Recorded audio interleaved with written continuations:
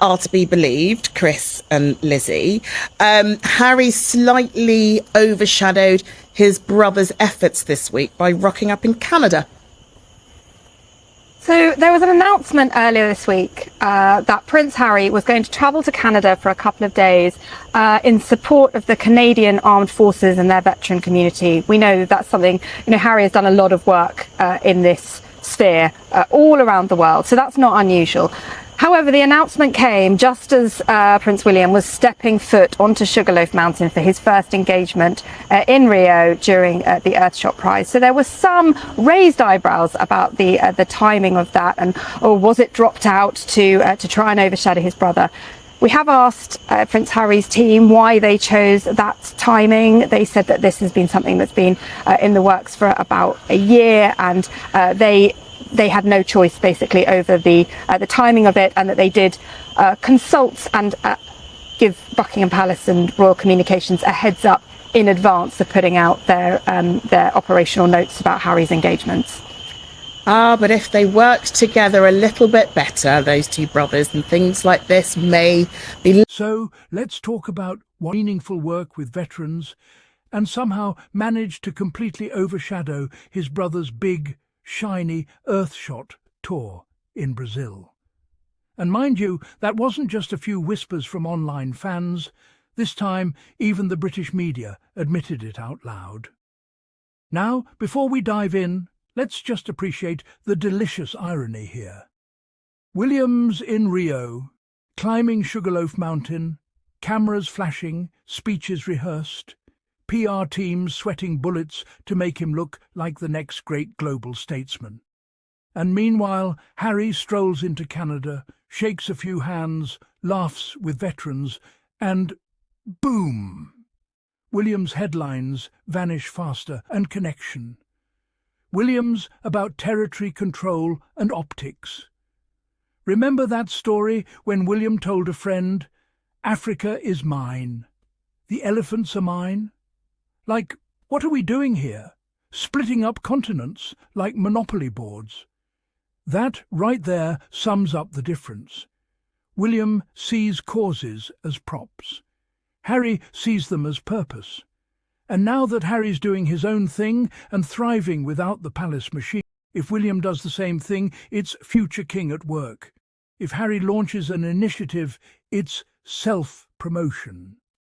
If William copies it 6 months later, it's royal duty.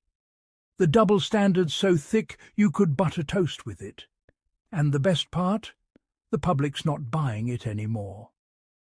William's Brazil trip was hyped as his big, global statesman moment, complete with photographers, PR handlers, and perfectly timed sunsets. And yet, nothing stuck.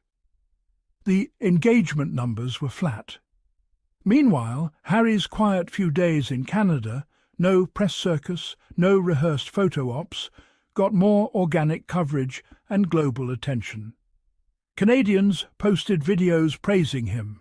Veterans shared stories about how grounded and genuine he was.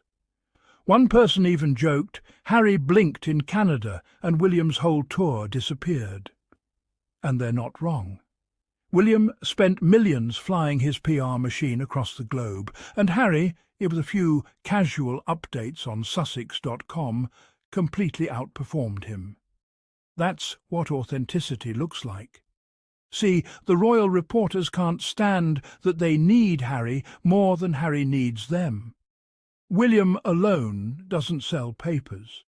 The monarchy alone doesn't drive clicks. It's Harry and Meghan Sussex who keep the headlines alive, even when they're minding their own business. That's why the press keeps fantasizing about a reunion. It's not about brotherly love, it's about survival. The royal coverage is drying up, and without Harry, the monarchy feels dull. They can't admit it, but they're terrified.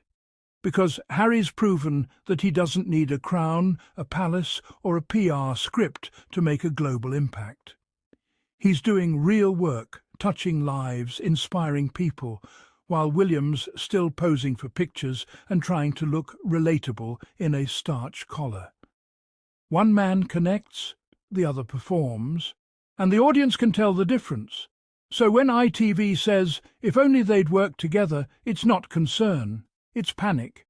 Because they know without Harry, their royal stories don't trend, their clicks don't come, and their industry loses oxygen. Harry is the story. He's the heartbeat of modern royalty, even though he walked away from the institution years ago. And that's why, every time he steps out, whether it's Canada, California, or the Invictus Games, the cameras can't help but follow. Not because he chases headlines, but because headlines chase him. So, yeah, they finally said it. Harry overshadowed William. But let's be honest, that's not hard to do when you've got authenticity up against empty PR. Harry's not trying to shine. He just is. And that's what burns the palace most. Because while William's busy managing optics, Harry's out there changing lives. You can't fake that kind of light. And that's all for today, folks. Tell me in the comments, do you think the royal press will ever stop begging Harry to bail out William's PR disasters? Because let's face it, Harry doesn't even have to try anymore. If you love what we do here on the Sussex Squad, don't forget to hit that subscribe button, tap the bell for notifications, and support the channel through Super Thanks to help us keep shining a positive light on Harry and Meghan Sussex. Because the truth always wins, and authenticity always outshines the crown.